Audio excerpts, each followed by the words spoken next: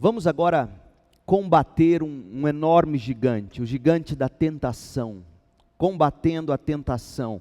Abra sua Bíblia em Tiago, no capítulo 1, versos 13 a 15. Tiago 1, de 13 a 15.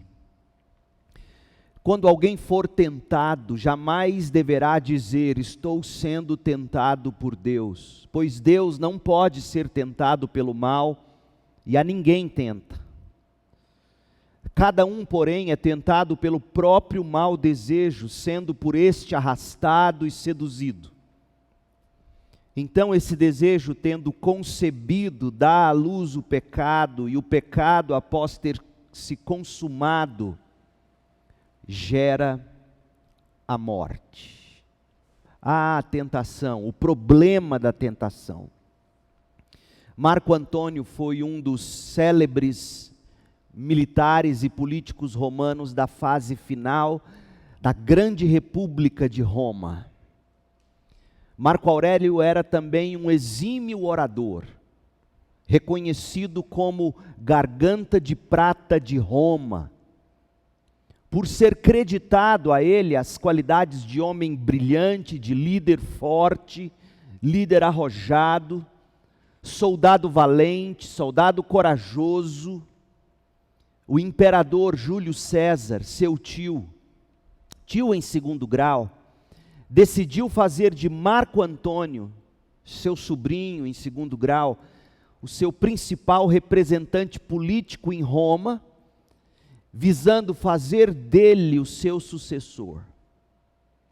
Plutarco, famoso historiador, escritor grego, comentou que por fora Marco Antônio era impressionante, ele era magnífico, mas por dentro Marco Antônio era fraco, era vulnerável.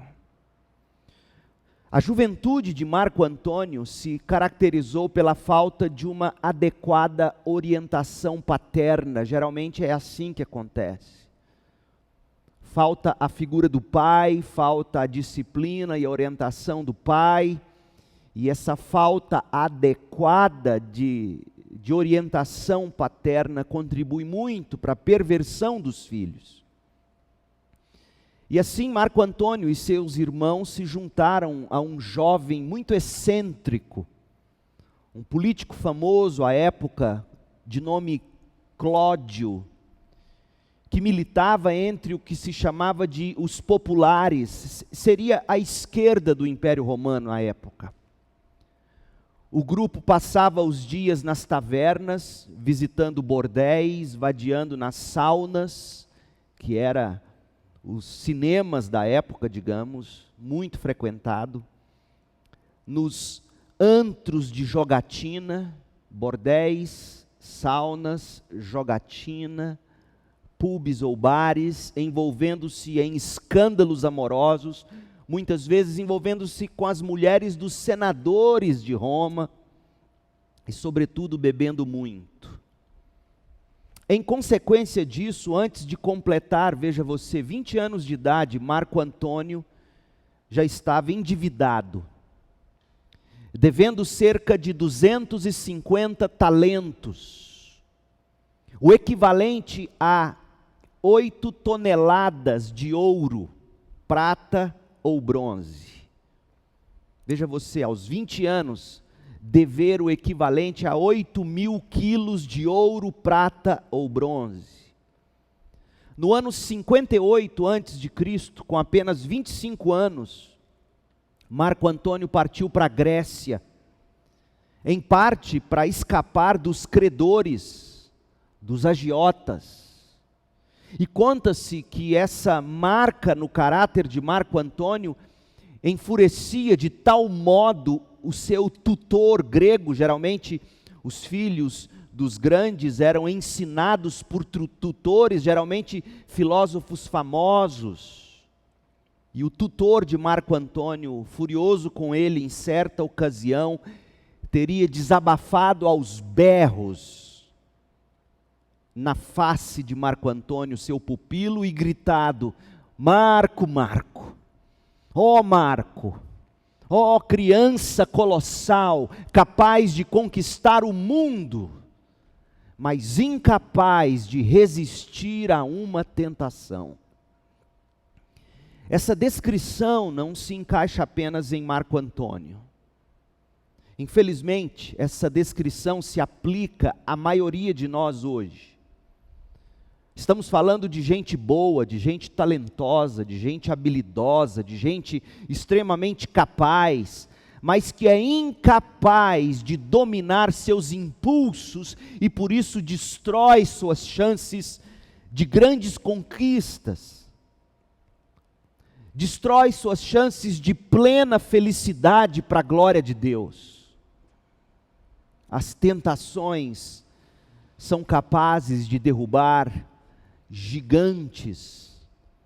São variadas as formas de tentações, o mundo, a carne, o diabo, são bastante criativos na hora de nos tentar com seus prazeres passageiros. O Novo Testamento, no entanto, parece nos apresentar as tentações mais comuns, em 3 categorias bem definidas. Segundo os autores do Novo Testamento, os autores sagrados, são 3 tipos de pecados dos quais nós devemos fugir. E quando eu leio esses pecados dos quais devemos fugir, eu fico com a impressão de que os autores do Novo Testamento queriam nos revelar as 3 formas principais de tentação. Sendo elas, em primeiro lugar, a idolatria. Paulo aos Coríntios, capítulo 10 da primeira carta, no verso 14, diz: por isso, meus amados irmãos, fujam da idolatria. João, concluindo a sua primeira epístola, a sua primeira carta, no capítulo 5, verso 21, ele diz: filhinhos, guardem-se dos ídolos. Esta é a última frase da carta de João. Filhinhos, guardem-se dos ídolos. A ideia aqui é de isolamento. Isole-se deles. Isole-se em vigília. O que é o ídolo? Ídolo é tudo que se interpõe entre nós e Deus. De uma estátua diante de quem alguém se debruça e venera, a um desejo. Qualquer coisa que valorizamos acima de Deus pode ser um ídolo. Tudo que nos domina, tudo que nos controla, é uma forma de ídolo. Aquilo que mais nos apetece e dá prazer pode ser um ídolo. Seu filho pode ser um ídolo.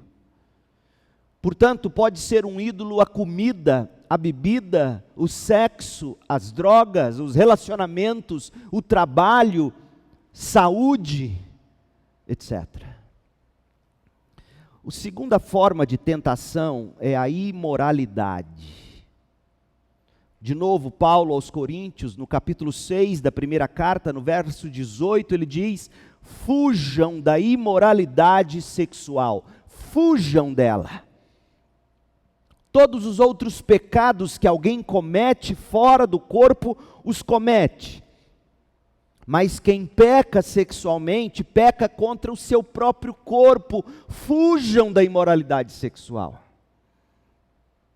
A Timóteo, o jovem Timóteo, pastor da igreja em Éfeso, segunda carta a Timóteo, capítulo 2, verso 22, Paulo diz: fuja dos desejos malignos da juventude, fuja e faça o quê? Siga a justiça, siga a fé, siga o amor, siga a paz com aqueles que de coração puro invocam o nome do Senhor. Paulo está nos dizendo tanto aqui sobre como combater a tentação da imoralidade sexual.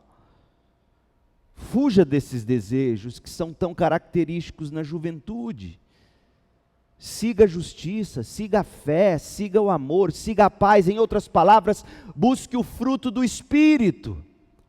Mas não faça isso sozinho. Esteja com alguém, com aqueles que são puros de coração. Essa luta não se ganha sozinho. Você precisa de gente pura de coração ao seu lado, gente que invoca o Senhor E aqui uma palavra à juventude: as amizades que te levam à imoralidade. Imoralidade envolve a sexualidade, mas vai além.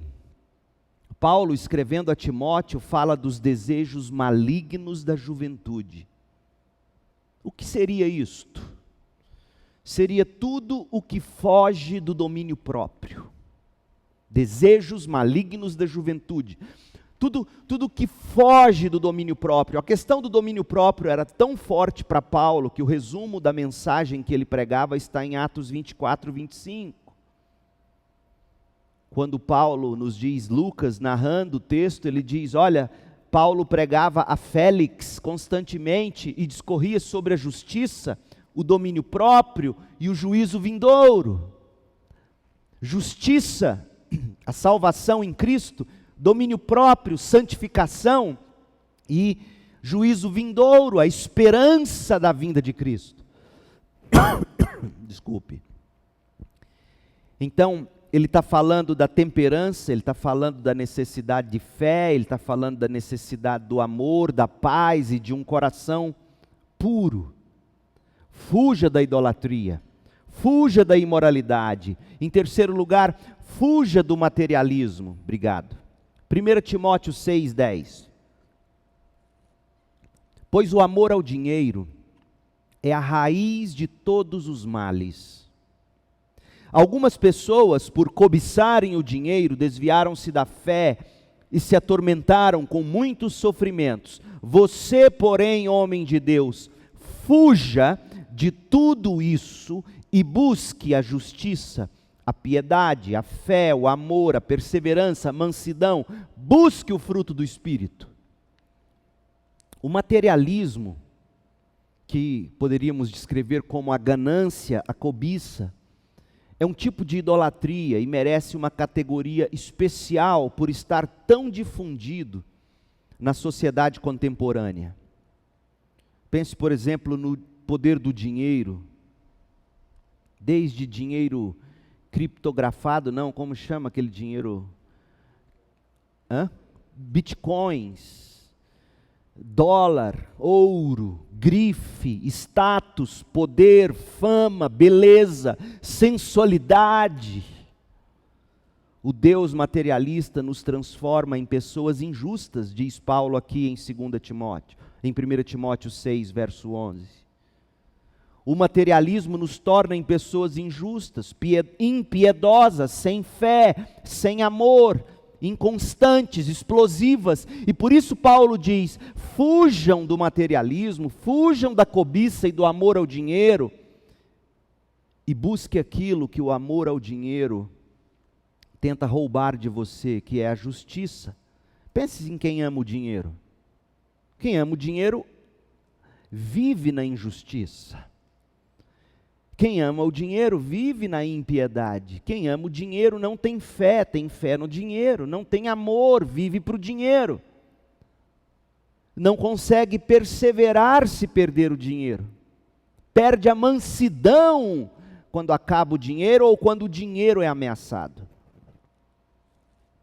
Pois bem, as formas de tentações são diversas, elas são variadas. E os inimigos da nossa alma, eles são bastante criativos.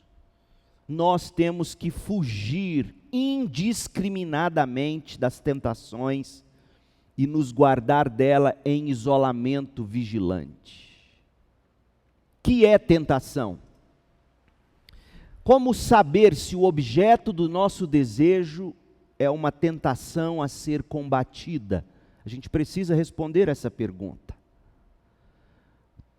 E a resposta mais simples que eu posso dar a você é a seguinte: toda vez que o desejo distorcer o objeto de desejo, ou toda vez que o desejo distorcer o uso do objeto de desejo, e ao mesmo tempo desonrar a Deus, isso terá que ser combatido na forma, como sendo uma tentação.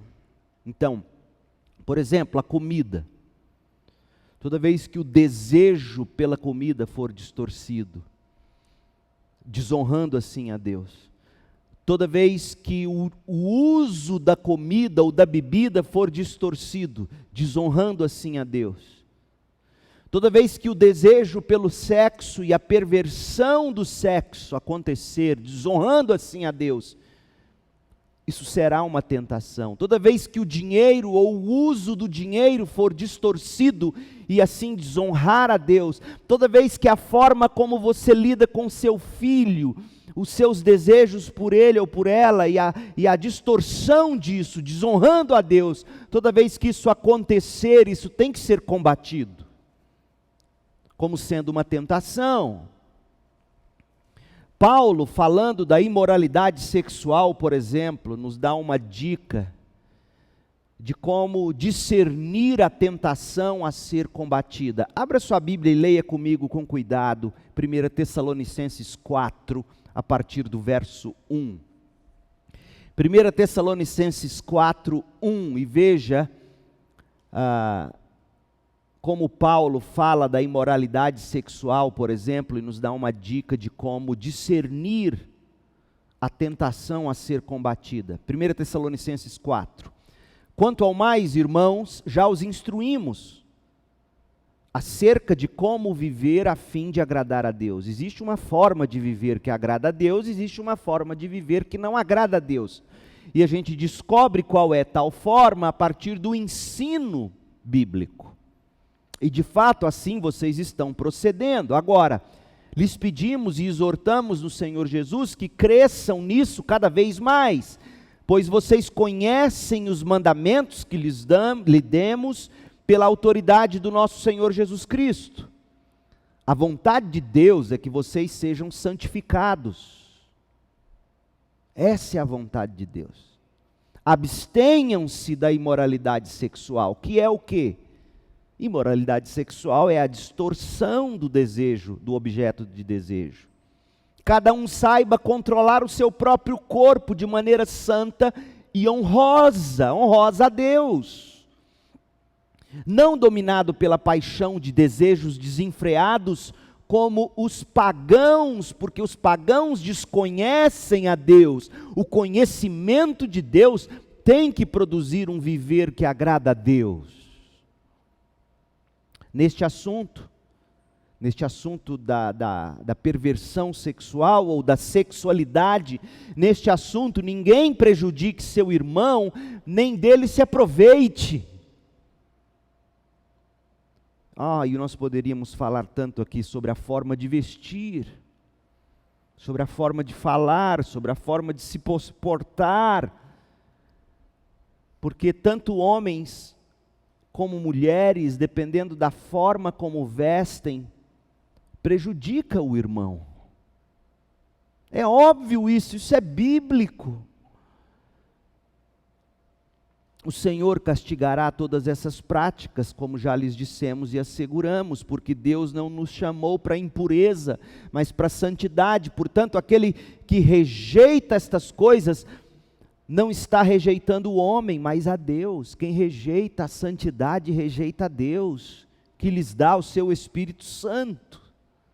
Veja, portanto, todo desejo que distorce o objeto de desejo, todo desejo que distorce o uso do objeto de desejo, desonrando assim a Deus, é uma tentação que tem que ser combatida, sob pena de se perecer eternamente. Quem a esta tentação viver cedendo. E é impressionante como nós nos tornamos hábeis, silenciadores da consciência no que diz respeito a vivermos cedendo às tentações, como nós arrumamos desculpas, pressupostos para acalmar a consciência. Deixe-me falar brevemente sobre o risco da tentação não combatida. Há um risco em se dizer cristão, em se dizer ser cristão e não viver combatendo a tentação. Jesus e o apóstolo Paulo afirmaram que quem não combate a tentação demonstra não estar perseverando para a salvação.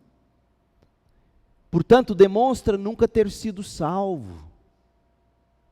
O incrédulo não combate a tentação, ele desconhece a Deus ou a lei de Deus.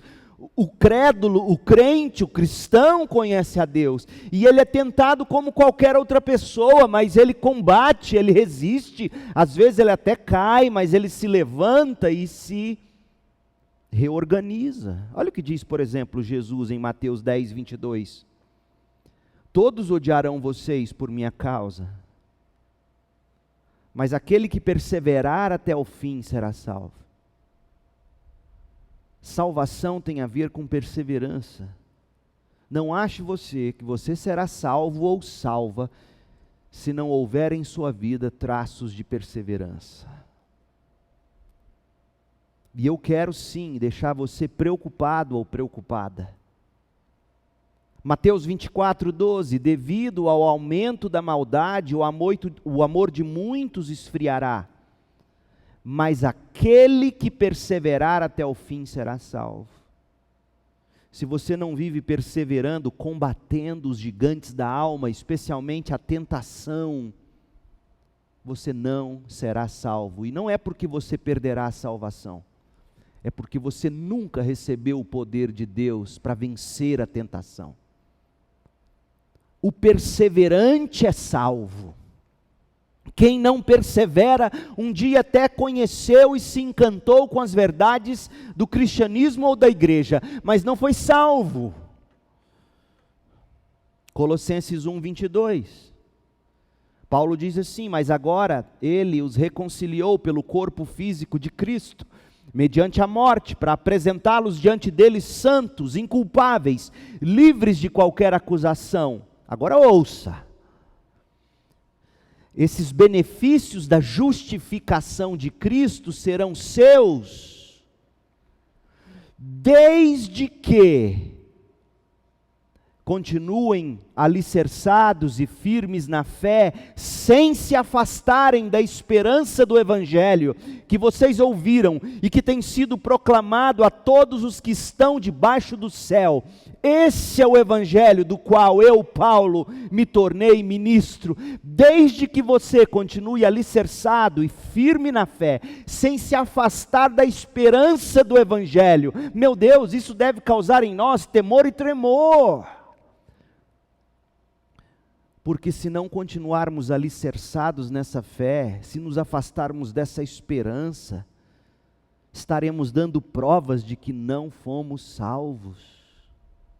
2 Tessalonicenses 2,13, mas nós devemos sempre dar graças a Deus por vocês, irmãos amados pelo Senhor, porque desde o princípio Deus os escolheu para serem salvos, mediante a obra santificadora do Espírito e a fé na verdade.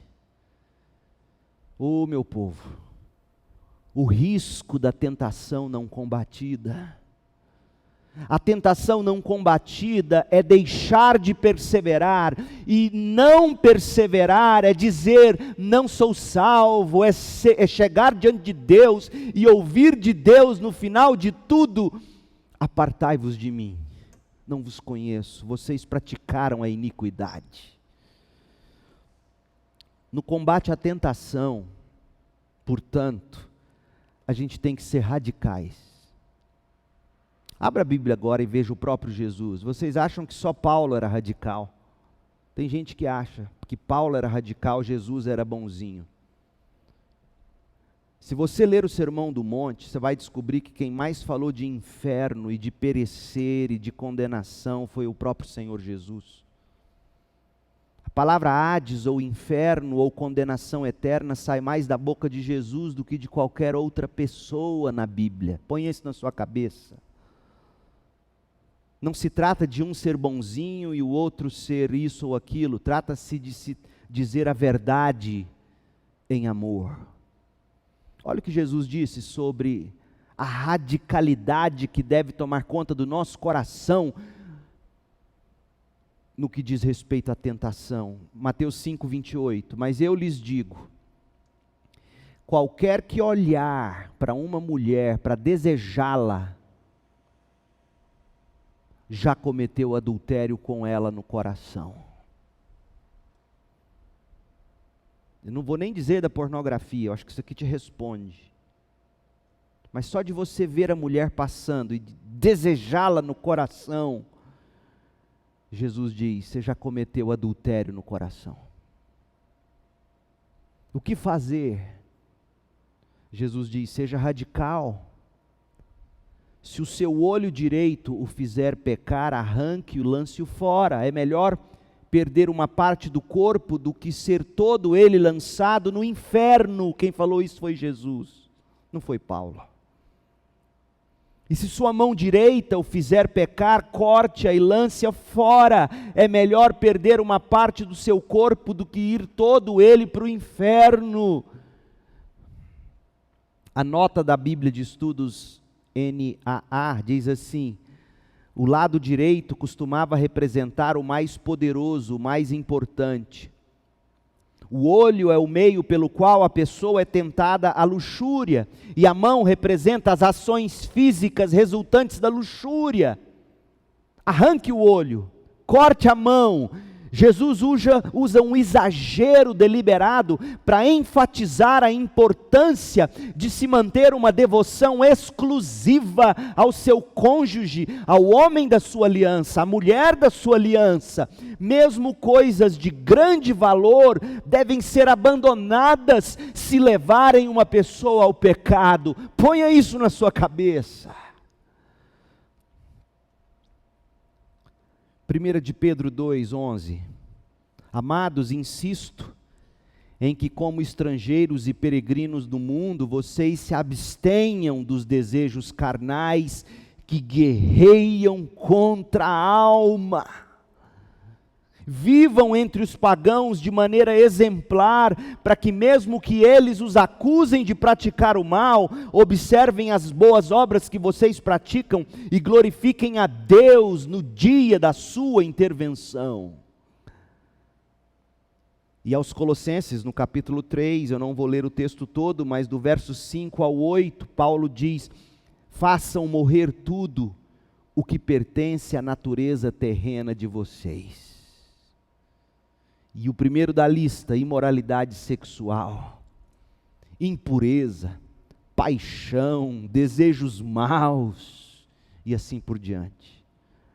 Há ainda outros textos nos quais Paulo afirma que quem não combate a tentação não herdará o reino de Deus. Gálatas 5, de 18 a 21, 1 Coríntios 6, de 8 a 11, e em Hebreus 12, 14, nós lemos que ninguém verá a Deus sem santificação. Portanto, gente, não corra riscos, combata a tentação. Como combater a tentação? Se a tentação é tudo aquilo que distorce o objeto de desejo, se tentação é tudo aquilo que desonra a Deus, se a tentação não combatida pode ser indício de que nunca houve salvação para o pecador, como combatê-la? Vamos voltar agora para o texto de Tiago, capítulo 1, de 13 a 15. A gente leu no início. E esse texto servirá de guia de combate nessa batalha de vida ou morte. Tiago 1, de 13 a 15, é a arte da guerra contra a tentação. Primeira coisa que Tiago nos ensina, você tem que entender, assumir, que a tentação é algo inevitável. Verso 13, quando alguém for tentado. Note que Tiago não diz se alguém for tentado. Mas a questão não é se, mas quando. Todos são, homens, mulheres, crianças, velhos. Todos nós somos tentados. Todo ser humano é concebido com a semente do pecado. O que seria isso? A nossa inclinação natural para distorcer o objeto de desejo, desonrando a Deus. Todo ser humano, quando nasce, já nasce pecador, Salmos 51, 5. Isso implica que durante toda a vida, desde a mais tenra idade, cada um de nós travará um combate de vida ou morte contra a tentação. Cada um de nós viverá a vida toda combatendo os desejos que distorcem os objetos de nossos desejos e que desonram a Deus. Todos nós viveremos combatendo a tentação é inevitável. Mas é importante dizer que a tentação em si não é pecado. Ser tentado não é pecado. Pecado é ceder à tentação, pecado é alimentar e ceder a essa tentação. É muito importante esclarecer isso, porque muita gente já se sente derrotada antes mesmo de começar o combate, simplesmente porque foi tentada. A tentação começa a bater a porta e ela desanima e entrega os pontos por um sentimento de culpa que não lhe cabe. Falaremos sobre o gigante da culpa, Deus permitindo, hoje à noite. Alguém já disse que tentação é o tentador espiando você pelo buraco da fechadura. Você não tem nada com isso, ele está lá. E pecado é você destrancar a fechadura e deixá-lo entrar. Então nós não podemos evitar que alguém pare à nossa porta e fique nos espiando pelo buraco da fechadura. Mas a gente pode controlar a fechadura, a gente pode reforçar a fechadura. No combate contra a tentação é preciso saber que todos fomos, somos e seremos tentados. A tentação em si não é pecado. O pecado vem à luz quando cedemos à tentação. Segunda coisa, a tentação não vem de Deus. Tiago 1,13. Quando alguém for tentado, jamais deverá dizer, estou sendo tentado por Deus. Por quê? Porque Deus não pode ser tentado pelo mal. E a ninguém tenta. Não há maldade na essência de Deus, e a tentação é, em essência, algo mal. A tentação não vem de Deus. Deus não tenta a ninguém. Todos nós somos testados e tentados. Nossos testes podem vir de Deus, mas as tentações nunca vêm dele. O teste tem como objetivo aumentar a fé, amadurecer a fé. Já a tentação tem como objetivo acabar com a fé, apodrecer a fé.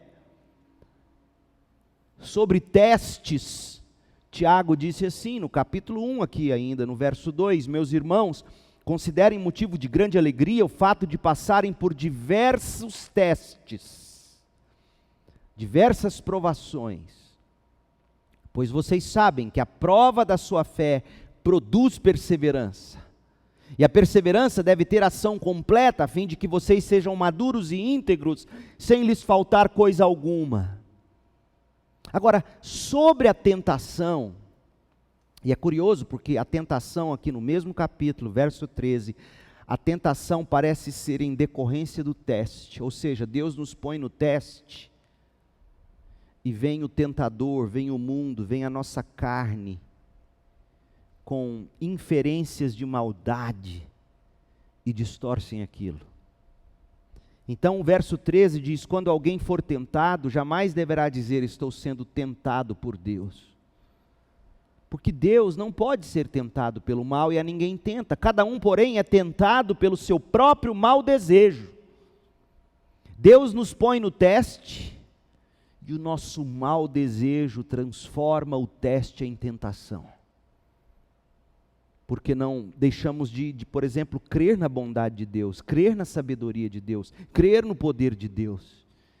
E aí, seduzidos, somos arrastados por esse mau desejo. Então esse desejo, tendo concebido, dá à luz o pecado, e o pecado, após ser consumado, gera morte. Testes completados com êxito nos amadurecem.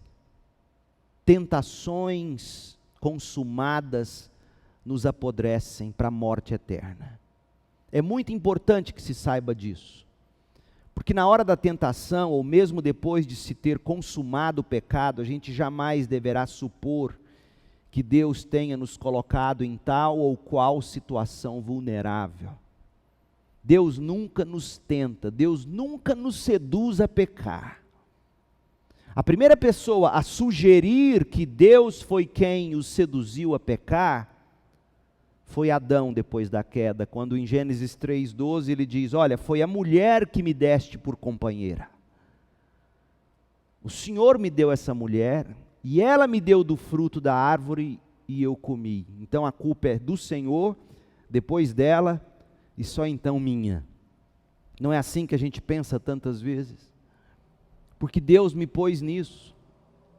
Por que que o outro fez aquilo? E aí eu fiquei sem escolha, eu tive que fazer tal ou qual. Que ninguém jamais pense que a tentação é um teste de Deus, pois Deus não pode ser tentado pelo mal e a ninguém tenta. Terceiro lugar, a tentação é previsível. Ela sempre age do mesmo modo, é impressionante. Diz o texto em Tiago 1,14, cada um, porém, é tentado primeiro pelo próprio mau desejo. Esse mau desejo te arrasta, te leva para as escuras, ele te seduz. E aí esse mau desejo, tendo concebido, ou seja, você deu vida a esse mau desejo, ele dá à luz o pecado, e o pecado após ser consumado gera a morte. Então veja o que Tiago está dizendo: existe uma propensão ao pecado no coração do pecador. Como isso é importante, eu e você somos propensos a pecar. Cada um é tentado pelo próprio mau desejo. Existe sim um mau desejo dentro de nós. Os filhos geralmente viram para os pais e dizem assim: o senhor não confia em mim não? A senhora não confia em mim não? E pais honestos, pais bíblicos devem dizer: não. Por que que o senhor não confia em mim? Por que que a senhora não confia em mim? Porque cada um é tentado pelo próprio mau desejo. Ô meu povo, quando a gente entende isso, a gente para de se achar forte o bastante para enfrentar algumas situações. Segundo lugar, o pecado é sábio, ele é sedutor, ele sabe nos seduzir com a isca certa. Ele sabe o que nos apetece, ele sabe nos arrastar, ele sabe nos seduzir, como diz aqui o texto. O pecador então, uma vez arrastado e seduzido, porque esse mau desejo dele o arrasta e o seduz, esse pecador é convencido. É convencido pelas promessas da tentação. E o texto diz que ele fica dando a luz ao pecado, porque o verbo aqui, dar a luz, está no presente ativo indicativo, é uma ação contínua. Então a tradução melhor seria: esse desejo, tendo concebido, fica dando a luz ao pecado. Não é que você peca e para, isso te arrasta cada vez mais, isso te escraviza. E aí o pecador é destruído pelo pecado, o pecado fica trazendo à luz a morte. Quando o texto diz: e o pecado após ter sido consumado gera morte, o verbo de novo está no presente ativo indicativo. Então o pecado após ser consumado fica gerando morte. Tem gente que diz: não, eu vou lá, faço e pronto. Não, isso fica gerando morte na alma, na vida, nas consequências que um pecado pode trazer. Assim é a tentação, ela é sábia, ela é sedutora, ela sempre encontra um terreno propício no coração do pecador. O pecador, por sua vez, sempre arruma desculpas para pecar, e no final, ele sempre acaba produzindo de novo e de novo frutos de morte. Ele continua infeliz. Agora que a gente construiu esse entendimento bíblico mais completo, deixa eu te dar algumas estratégias de combate. Primeira, nunca se julgue forte demais para resistir. Adolescentes são assim, jovens são assim. teimosos, todos nós somos assim, mas dependendo da fase da vida, isso é mais latente, a gente se julga forte. Não, quando eu quiser eu saio dessa. Não sai. Olha o que diz 1 Coríntios 10, 11. Essas coisas aconteceram ao povo do Antigo Testamento, aconteceram como exemplos e foram escritas como advertência para nós. Ou seja, olha para a vida do povo de Deus e veja como as coisas sempre se repetem. Que sirva de exemplo. Assim, aquele que julga estar em pé ou firme, cuide-se para que não caia. A gente nunca está em pé, a gente julga estar. A gente nunca está firme, a gente julga estar firme. Então nunca se julgue forte demais para resistir. Fuja de determinadas situações, mais sobre isso daqui a pouco. Segundo, sempre haverá um escape para a tentação. Olha o que diz Coríntios, 1 Coríntios 10, 13, mesmo texto. Não sobreveio a vocês tentações que não fosse comum aos homens, e Deus é fiel. Ele não permitirá que vocês sejam tentados além do que podem suportar. Mas quando forem tentados, Ele mesmo lhes providenciará um escape para que o possam suportar. Deixa eu contar o exemplo de um jovem que me contou uma história. Ele foi selecionado como representante do colégio para ir para uma pousada em Pirinópolis, juntando várias escolas estaduais. Ele, crente, ficou num quarto com 2 outros rapazes, mais perdido do que cego em tiroteio, os rapazes. A certa altura da noite, os rapazes trouxeram para o quarto deles, da pousada, meninas da mesma idade, tudo da mesma idade, ensino médio, 3º ano. Lindas as meninas. Todas ali insinuantes. Ou seja, não daria o que presta. O que ele fez? Saiu correndo do quarto. E orando, pedindo que Deus guardasse o coração dele, porque imagina os hormônios do menino desse. Eu me lembro do meu 3º ano no ensino médio, como é que os hormônios... E aí nessa fuga, ele encontrou um pequeno grupo, uma célula de crentes, que estavam ali reunidos no meio da noite, orando e cantando louvores. E lá ele se aportou. Como é que você teria agido, crente? Ninguém vendo, altas horas, quarto de uma, como diz, né, as piadas, não sei se você conhece, o que acontece em Las Vegas fica em Las Vegas, não é assim? Mas sempre haverá um escape para a tentação, se você quiser escapar. Então nunca se julgue forte demais para resistir. Há certas coisas que você não deve fazer, não deve assistir, não deve buscar. Porque se você pensa estar firme, você cai. Sempre haverá escape se você quiser, porque Deus não permitirá que você seja tentado além do que pode suportar. 3º lugar, vigie e ore para não cair em tentação. Senhor, não nos deixe cair em tentação, mas livra-nos do mal. Vigie e orem para que não caiam em tentação. O espírito está pronto, mas a carne é fraca. Sem oração, sem o poder de Deus que nos livra, a gente cai. Em 4º lugar, escolha a arma certa para combater cada tentação. Por exemplo, existem tentações que precisam ser resistidas. Portanto, submetam-se a Deus, resistam ao diabo e ele fugirá de vós. Como é que você resiste o diabo? Da forma como Jesus o resistiu no deserto. Lançando mão da palavra de Deus, meditando na palavra de Deus, pregando a palavra de Deus para a própria alma, dizendo a palavra de Deus. Lutero, no hino que a gente ama, Castelo Forte, diz que o inimigo cairá por uma só palavra, a palavra de Deus. Então quando você usa a palavra de Deus em seu favor, você resiste o diabo e ele foge. Memorize a Bíblia. Guarde a Bíblia no coração. Guardei a tua lei, a tua palavra, para não pecar contra ti. É assim que se resiste. Deixa a palavra de Deus trazer-lhe promessas. Deixa a palavra de Deus corrigir seus equívocos. Deixa a palavra de Deus peneirar as promessas do diabo e diga: não. Resista. Use a espada do Espírito, que é a palavra de Deus. Efésios 4:17. Salmo 119, 9, como pode o jovem manter pura sua conduta, vivendo de acordo com a tua palavra? Eu te busco de todo o coração, não permitas que eu me desvie dos teus mandamentos, guardei no coração a tua palavra, para não pecar contra ti. Salmo 119, de 9 a 11, resista. Há tentações que precisam ser resistidas pela palavra.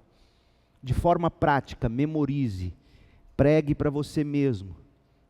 Todo desejo que vier ao seu coração, meça esse desejo pelos princípios da Bíblia. Se a Bíblia diz não, para que brincar? Segundo, há tentações que precisam ser evitadas. Bons líderes militares sabem que há ocasião para resistir e há ocasião para recuar. Então lembre-se, como já dissemos, que diante de algumas tentações, a melhor arma será você fugir. José do Egito fugiu da mulher de Potifar, que investia nele. Gênesis 39, de 1 a 12. Mark Twain, ele disse o seguinte sobre a tentação: há várias formas boas de se combater a tentação. A mais certa, porém, é a covardia. Fuja. A melhor forma de combater a tentação é a covardia. Fuja, diga não para os apelos dos amigos, mesmo que você se torne objeto do ridículo deles. Jó sabia disso. Jó fugia de olhares. Olha o que diz Jó 31:1. Fiz um acordo com os meus olhos de não olhar com cobiça para as moças. E você lá no Instagram, cobiçando, e você, tomara que não, mas no Tinder, e você buscando, colocando os seus olhos, cobiçando moças, cobiçando rapazes, postando coisas sensuais com versículos bíblicos, meu Deus do céu, que loucura! Fiz acordo com os meus olhos de não olhar com cobiça para as moças. Jó ainda, Jó 31:7, se meus passos desviarem-se do caminho, se o meu coração foi conduzido por meus olhos, e se minhas mãos foram contaminadas.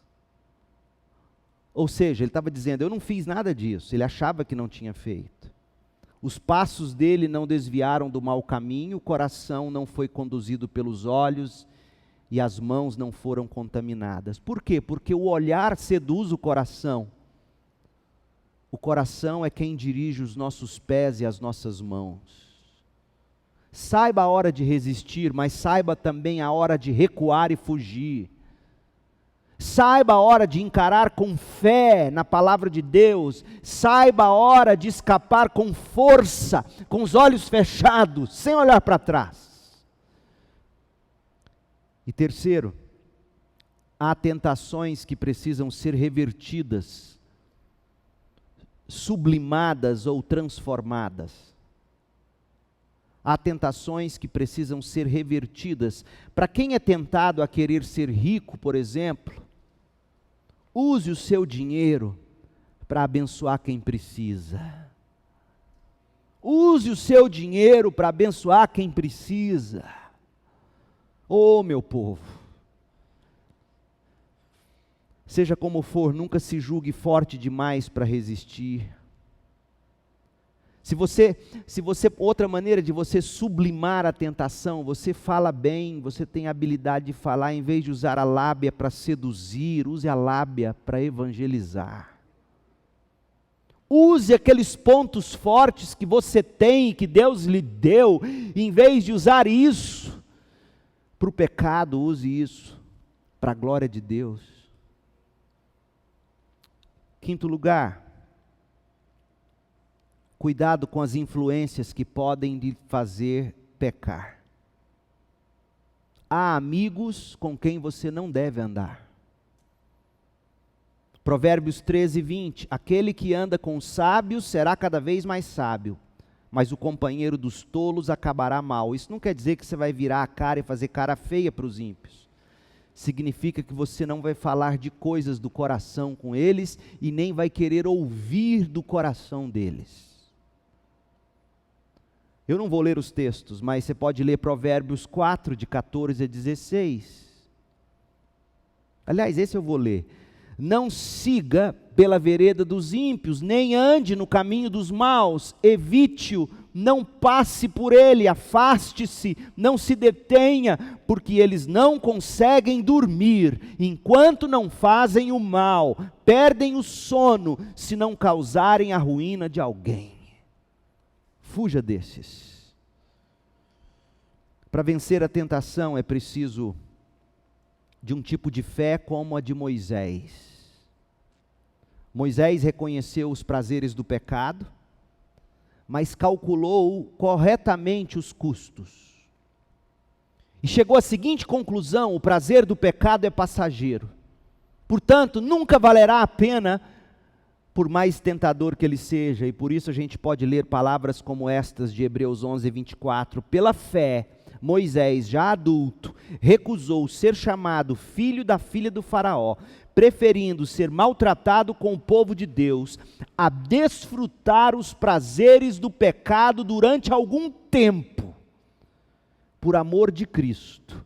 Considerou sua desonra uma riqueza maior do que os tesouros do Egito, porque contemplava a sua recompensa. Pela fé saiu do Egito, não temendo a ira do rei, e perseverou, porque via aquele que é invisível. Se você não tiver uma visão de Cristo, você será seduzido. Moisés teve uma visão da promessa de Deus, e ele preferiu ser tratado com desonra, a desfrutar dos prazeres por algum tempo. Ô jovem, ô meu povo, como esse texto é importante. Memorize esse texto durante essa semana, Hebreus 11, 24 a 27. Lembra da história de Marco Antônio? Marco Antônio nunca contou o custo dos prazeres passageiros do pecado. Conta-nos a história que Marco Antônio se apaixonou por Cleópatra, adulterou-se com Cleópatra, e esse relacionamento adúltero custou a Marco Antônio a esposa, os filhos, e a probabilidade de se tornar o primeiro grande imperador romano após Júlio César. O relato final da vida de Marco Antônio é deprimente, porque ele desertou e chocados com a deserção do seu comandante, os soldados de Marco Antônio renderam-se a Agripa. Em Alexandria, no Egito, Marco Antônio e Cleópatra se entregavam a banquetes, bebedeiras, tentando esconder o desespero face ao destino iminente, enquanto as forças militares de Otávio se aproximavam inflexivelmente do Egito. Quando as últimas tropas, aquelas que ainda permaneciam leais a Marco Antônio, deixaram Marco Antônio decidiu se matar. E de acordo com a tradição, ele se joga sobre a própria espada e se mata. Como? Quando ele ouve falar do suposto suicídio de Cleópatra. Na verdade, aconteceu o seguinte: Cleópatra guardava a chegada de Otávio com as tropas que viriam destruí-la. E ela no seu aposento, sentada ao lado de um jarro de barro enorme, e dentro dele havia uma serpente venenosa. E quando todos a cercaram no seu quarto, ela enfia o braço lá dentro, é picada pela víbora e morre. Que tragédia!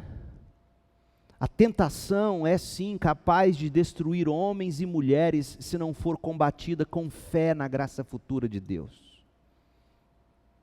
Ande pelo Espírito, combata a tentação. Diz Paulo aos Gálatas, capítulo 5:16, vivam pelo Espírito e de modo nenhum satisfarão os desejos da carne. Reconheça-se vulnerável, reconheça-se escravo do pecado, confesse o seu pecado a Deus, encante-se com a visão de Cristo no coração, e que o pecado não te mate. Vamos orar. Pai, em nome de Jesus, eu te peço que o Senhor nos dê uma visão encantadora de Jesus, uma visão do invisível, que as verdades de quem Cristo é e o que Ele promete ser, fazer e nos dar, em si mesmo, nos satisfaça a ponto de fugir, ou resistir, ou sublimar a tentação. Ó Deus, dá-nos homens e mulheres de fé que nos encorajem nesta jornada. Gente de coração puro, que nos ajude a desviar os olhos do pecado. Abençoa-nos assim, eu te peço. Em nome de Jesus, amém.